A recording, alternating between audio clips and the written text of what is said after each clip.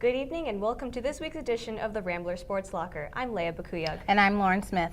Did you do anything fun for spring break, Lauren? I had an interesting spring break. Yeah? Leia. What'd you do? Did you go to New Orleans like everyone else and party it up for Mardi Gras or go on some exciting new adventures? No. I spent 2 whole days of my spring break without technology. No phone, no computer, no Facebook.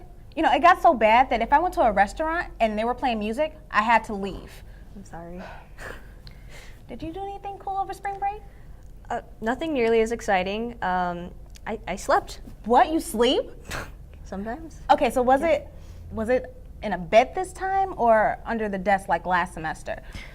Minor details. Anyway, if you've been following any of our updates over the past weekend, you'd know exactly what some of our Sports Locker members were up to over spring break. We sent 5 of our own to St. Louis to bring you coverage of the men's basketball team's first ever appearance in the Missouri Valley Tournament.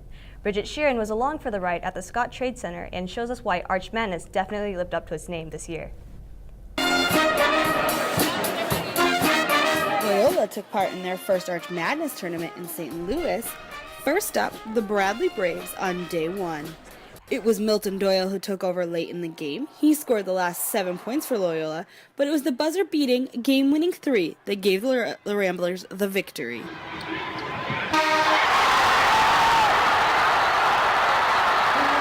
That was just a warm-up for Friday, which featured 4 games, including the first game for Clay Anthony Early and the top-seeded Wichita State Shockers. Surprise, surprise, they handled the Purple Aces to move on to the semifinals. Loyola was looking to follow the same path that day against the number 2 seed Indiana State Sycamores. Doyle was definitely feeling the love for his heroics the night before.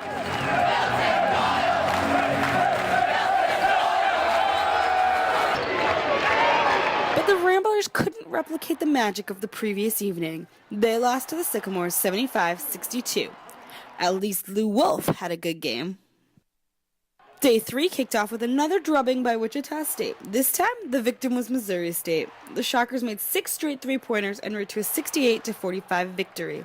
After the game, Shockers head coach Greg Marshall had a few choice words for those at the press conference. A couple things. Number 1, house cleaning. There's a nail right here that ripped my coat yesterday that we need to fix. I hope I'm here tomorrow. And secondly, it's Tequil. He's going to be on the cover of Sports Illustrated for the second time in 3 weeks. It's not Tequil, it's Tequil, like the vegetable, cotton. Thank you. Later that day, the shot clocks went out during the game between the Southern Illinois Salukis and the Indiana State Sycamores. The Salukis lost on a missed 3-pointer to end the game. Never at a loss for words, Saluki coach Barry Hinson wasn't happy the shot clock went out. It is amazing to me that you're playing in a building that hosts the National Hockey League and you can't have a shot clock that works. That's not the Missouri Valley Conference's fault. That's not. It's the building's fault. But it didn't have an effect on the game. But the professionalism of that at this level, there's no excuse for that. None. So, sorry. I've had my ass eat out this year. You know what? Shot clock guys, you get your ass eat out today because that's not right. And it's not the Valley's fault. On Championship Sunday, David looked to take down Goliath. Indiana State versus Wichita State. While the Sycamores put up a good fight, Early and Fred Van Vliet were determined to come home with the win.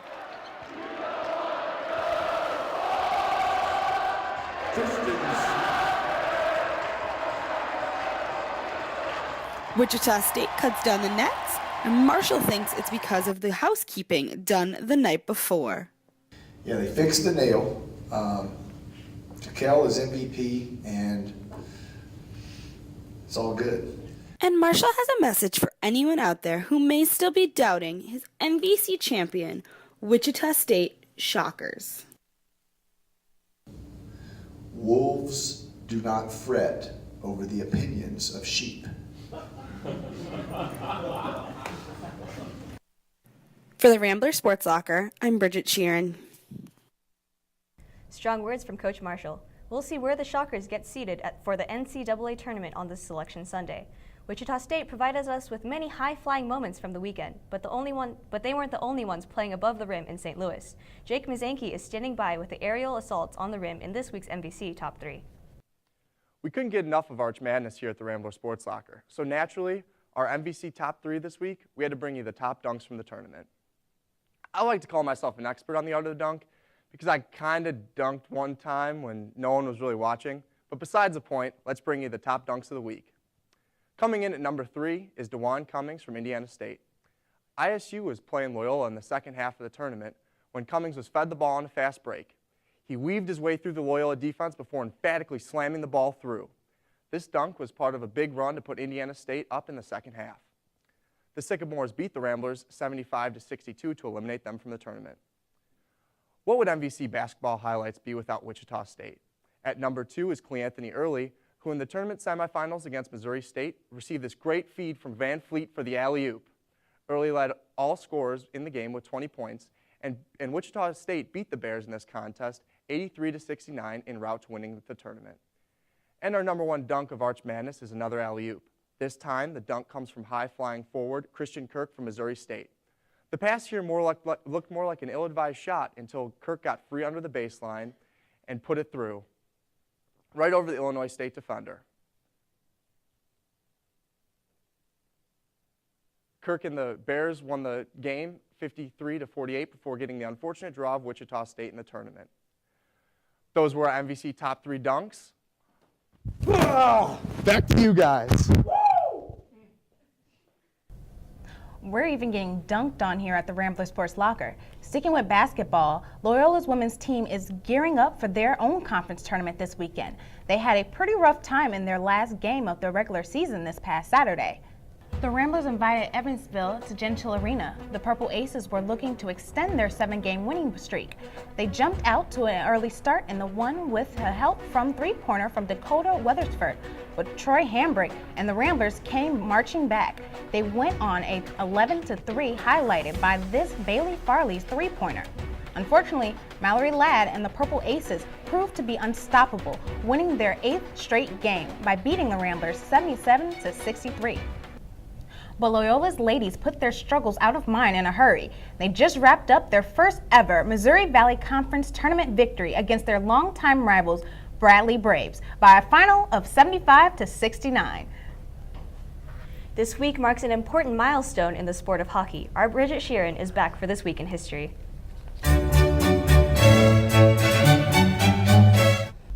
On March 11, 1918, a fledgling NHL held its first championship series between the Toronto Arenas and the Montreal Canadiens. There were only 4 teams in the league at the time.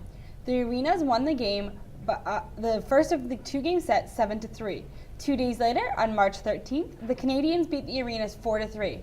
But because the Arenas had won more games head-to-head overall, 10 to the Canadiens' 7, they were crowned the first ever NHL champions.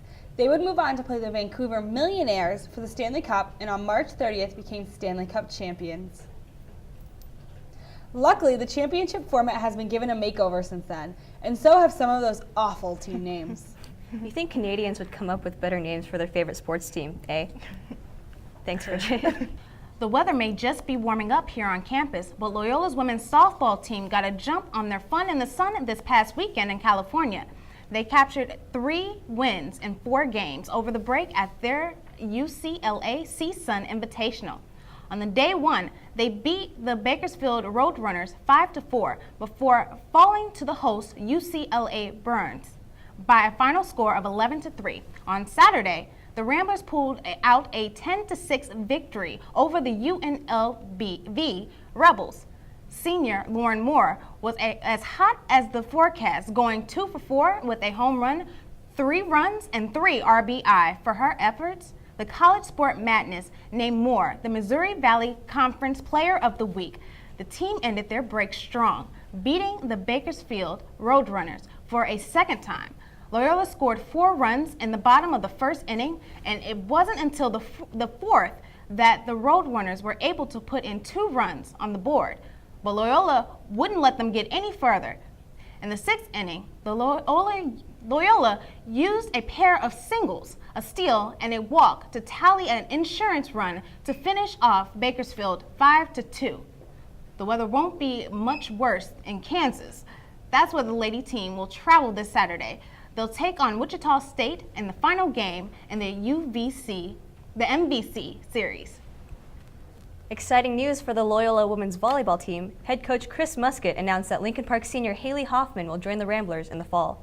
She finished her senior season with 172 kills, 61 aces, and 96 blocks, which makes it no wonder why Lincoln Park High School went undefeated in conference play.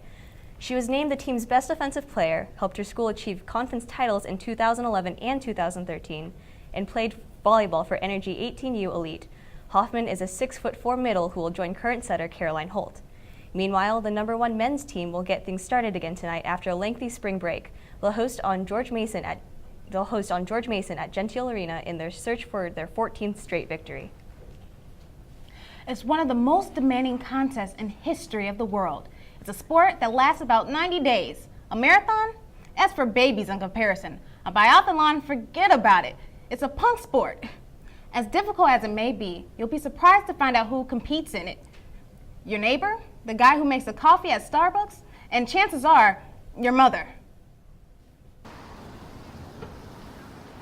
The battle starts each morning. It ends the moment one walks in the door at the end of the day. It's not for the faint of heart. It's not for the weak-minded. It's not for weenies. The war started on Christmas Day and will probably last for another month. The opponent is the Chicago weather. Everyone in this city is a player. It doesn't matter if you don't want to compete. Mother Nature says you don't have a choice. Careful. And man, I've been through blizzards and all this. This is just snow, cold, and it's one of the, man, I just can't believe, I lived through the one on 2010, the blizzard, but this takes the cake. This is one of the worst ones I ever been through, and I'm 53. The Chicago weather war has been tough this year. According to the National Weather Service, this has been the 3rd coldest winter on record. Only 2 years have seen more snow. March 13th, another snow, another freezing day. The contestants are wary, cranky, and have just about had it. It's like hitting the wall during a marathon. It's been pretty cold this winter. It's been a few years since we had a winter like this. I know that for a fact. But this one here, yeah, I couldn't take another month. It would take if we had another one of it, another month of it, I don't think I could handle it. It's not just draining, it's dangerous. You're looking at the most dangerous walking zone ever invented. Want a paper? Go ahead and walk on that ice. There's a 75% chance you'll dump. If that's not enough, how about some missiles from the heavens? This is a piece of ice that fell off this building earlier today, and if it were to hit you on the head, you would be dead. There is some good news. Tomorrow we will see temperatures in the 50s. And now for the bad news. It's supposed to get down 15 degrees on Saturday night. We will follow this story until its conclusion. Until then, it remains game on. Shayna Farinas, Rambler Sports Locker. Okay. And now for something completely different.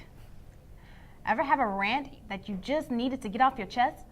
Jillian Schwartz and Nader Issa reveal what they love and will love a little less about Loyola's athletes. Hey, what's up, guys? This is Cheers and Gears, where we talk about things we are cheering about and things that are really grinding our gears. I am Jillian Schwartz. And I'm Nader Issa. Alright, so we are going to get the cynicism out of the way, talk about the things that we hate first. Tell me something that's grinding your gears. Something that's really grinding my gears is the fact that there's a Jordan Hicks and Ben Aberkamp poster on the steam plant, on the side of the steam plant. I'm a freshman, I don't know who those people are. I'd rather there be a poster of someone that I do know. I understand that's a 50th anniversary commemoration poster, but I don't know who those people are. And it's not even on a sports building. Yeah, it's on the steam it's not even the guys plant. from the team either, so Yeah. yeah, that's a little bit ridiculous. But, whatever. Okay, another thing, sticking with the basketball theme, is we will no longer have Billy Clark with us after this season, which means no more Billy Chance at the games. Since freshman year, one of the things we can always remember at the end of the game is chanting Billy until he gets out on that floor, the crowd goes wild. Seriously, bring us all together. School spirit is something we need, obviously. I did have fun with him chanting for my 1 year. 1 year. Yeah. That's all we got. Something else that grinds my gears is the fact that people complain about the lack of school spirit at Loyola. Those are the same people who don't go to the games. how can you complain about no school spirit if you're not providing school spirit? Right? That's what I'm saying. But when we're talking about the things that we're cheering about, we do have one person on the Sports Locker who I think made up for all the cheering of the entire school at Arch Madness when she dislocated her shoulder after the Milton Doyle three-pointer. She was so into her cheering that she actually, I think, like whipped her arm around, and she now is in a sling, but we love her for that. Thanks, Megan. Something else that made me really happy is Billy Clark's Twitter account this weekend. He tweeted that after discussing with his family, he has chosen to go into the NBA draft. This is a big decision for him. It's a big decision. Dropping out of med school. Woo! Yeah. I wish him luck. I hope he makes it. And we'll see what happens. Yeah, I guess. And Troy Hambrick, that's who is my final cheer. Because girls are the best. It's just true. She is been invited to the WNBA Combine. Holy cow. Plus she's on the All-Missouri Valley Conference team. That is just amazing. Just because girls run the world, whatever, girl power. That's all I got. You got anything else to rant about? I'm all done. I'm all out. Until next time, we'll see you guys later. Billy, Billy, Billy, Billy. Okay, that's enough. That's enough. Aw. Well, sadly, Billy and the Ramblers won't be taking the court anymore this year, but there's plenty more college hoops to discuss in this week's Ramble.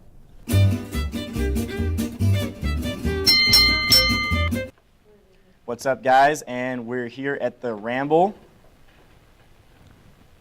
Woohoo, Ramble! There we go, there we go. All right, that's more like it. Come on, guys. We're joined by Joaquin Carrig and Rebekah Baer. You guys know how it's done. I'm going to ask them 2 questions, and if we have a tie, we have a tiebreaker. So we're going to start with Joaquin. Right now, out of our first 5th-ranked teams in college basketball, we're about to enter March Madness. Which of them do you see getting upset first? Well, no, if you'd asked me 2 weeks ago, I probably would have gone with Wichita State, just because of the weaker conference, and then I thought they were a little bit overrated from last year. But after watching them play in the Missouri Valley Conference Tournament in St. Louis last week, I'm 100% full circle. I mean, they are well coached, well disciplined. I don't see them losing early on in the March Madness coming up. So I'm going to go with Villanova. They're currently the number 3 team in the country. And before I get into a little bit about why, let's roll this clip because I think it says it all right now. So this is today, actually. This is the quarterfinal game against Seton Hall. Villanova's up by 1 point. Sterling Gibbs hits the step-back jump shot to upset Villanova. And let me tell you a little bit about Seton Hall. They are 6-12 in conference and just 1 game over 500 this season overall. A team that has never beaten a top 3 opponent ever in the history of their organization. They're 0-30 against a team that's in the top 3 in the AP poll. So this was today, but the ironic thing is I was going to pick them anyway before today because 2 things. One thing, their only big win is against Kansas this year, and that was early on in the season. It was in a preseason tournament. I guarantee you right now, if they played Kansas, Kansas would beat them because with a more experienced Andre Wiggins and if they had a healthy Joel Embiid, they would defeat Villanova. The second reason being they're now in a weak conference in the Big East. The Big East is a shell of what it used to be. And the only other reputable team in the conference I would say is Creighton. And Creighton, they lost to twice this year. And not only did they just lose, they got shellacked. Shellacked, guys. Yeah. Okay, they lost at Creighton by 21 points, and at home they lost by 28 points at home against Creighton and Doug McDermott. So you mean Dougie McBuckets? Yes, yes, his real name. Yes, right. Sorry, I didn't mean to confuse you. Anyways, I don't see Villanova going very far in March Madness. In fact, I think they're going down in the second round. Second round, yes, wow. All right. Do you have any first-round upsets? You know, I'm going to have to disagree. I'm going to say Louisville. They've been off to a little bit of a rocky season this year, I think, and despite the fact that they jumped from 11 to number 5, they still are the number 5th ranked team. Here's Smith and open their for a points 3 are up top, significantly twisted behind the screen from Bantry. They're at least a couple hundred behind. I don't see them going anywhere the rest of the season. All right, you guys are putting me in a tough spot here. There was a Dougie McBuckets reference, though, and I think I might have to go with Vandy. I might have to go with Joaquin on this one. No. Oh, yeah. I like saying Vandy. No, I'm sorry. All right. Yeah, so the men's tournament's over. Now we're going to women's basketball at Loyola. Their tournament starts, I believe, today. They did. And so how well do you think they're going to do? All the way. You know, honestly, before today, I would have said that today might be the first and only day for them. Their season's been kind of rocky. They've dealt with a lot of injuries, which has really kind of put them behind. But they had a great win to Bradley earlier tonight, which is one of their big rivals. So, You know, I see them going a little bit further. Not quite all the way. They play Indiana State tomorrow afternoon, which they're 1-1 with right now. So I think they've got a good chance beating Indiana State tomorrow, but I don't see them going further than that. Okay. What about you? Well, Chris, I think they're going to lose. Yeah. That's it? Well, I mean, it's destiny, okay? Yeah. Okay, the men's team played Bradley, day 1. Okay. They beat Bradley. Day 2, they played Indiana State. They lost. So, same 2 teams. I mean, it's destiny. So are we in agreement here? 1 win, 1 loss? Is that what we're saying, or what? No, I honestly think they're going to beat Indiana State tomorrow. Yeah, and then I think they're going to be done after that. They won't. All right. My guess is they'll beat Indiana State. I want to see this get interesting. I'm a Rambler, so I'm going to go ahead and do this. Gotta have a little. I wanted to hear the trivia question. I'm not a fan I wanted of to the hear the trivia tiebreaker, question. but we're going to do it. All right, so day 1, NFL free agency. Biggest day ever in the 22-year history of NFL free agency. How much money was spent? We're going to start with Joaquin. How much overall money was spent day 1? I'm going to go with $450 million. I'm going to go with $460 million. Oh, playing for the win. Well, you guys were both incredibly far off. I really don't want to give either of you a chance for this. It was actually $1,000,000,000 and $500,000 was spent. And so I don't know how to do this because Rebekah technically she was trying to cheat me. That's what she was doing. But neither of them were anywhere near this. Give it to her? I don't think being close is a requirement. It was being closer. That's as my friend Dave Chappelle says, game blouses. Go ahead on RamblerSportsLocker.com and vote if you disagree. Back to you guys at the desk. And that's it for our episode this week. I'm Leia Bacuyag. And I'm Lauren Smith. Don't forget to stop by RamblerSportsLocker.com to check out on everything new in the world of Loyola athletes. You know what, Leia? I think we work pretty well together. Yeah, you're not too bad for a newbie. Thanks. Anyway, thank you for joining us this week.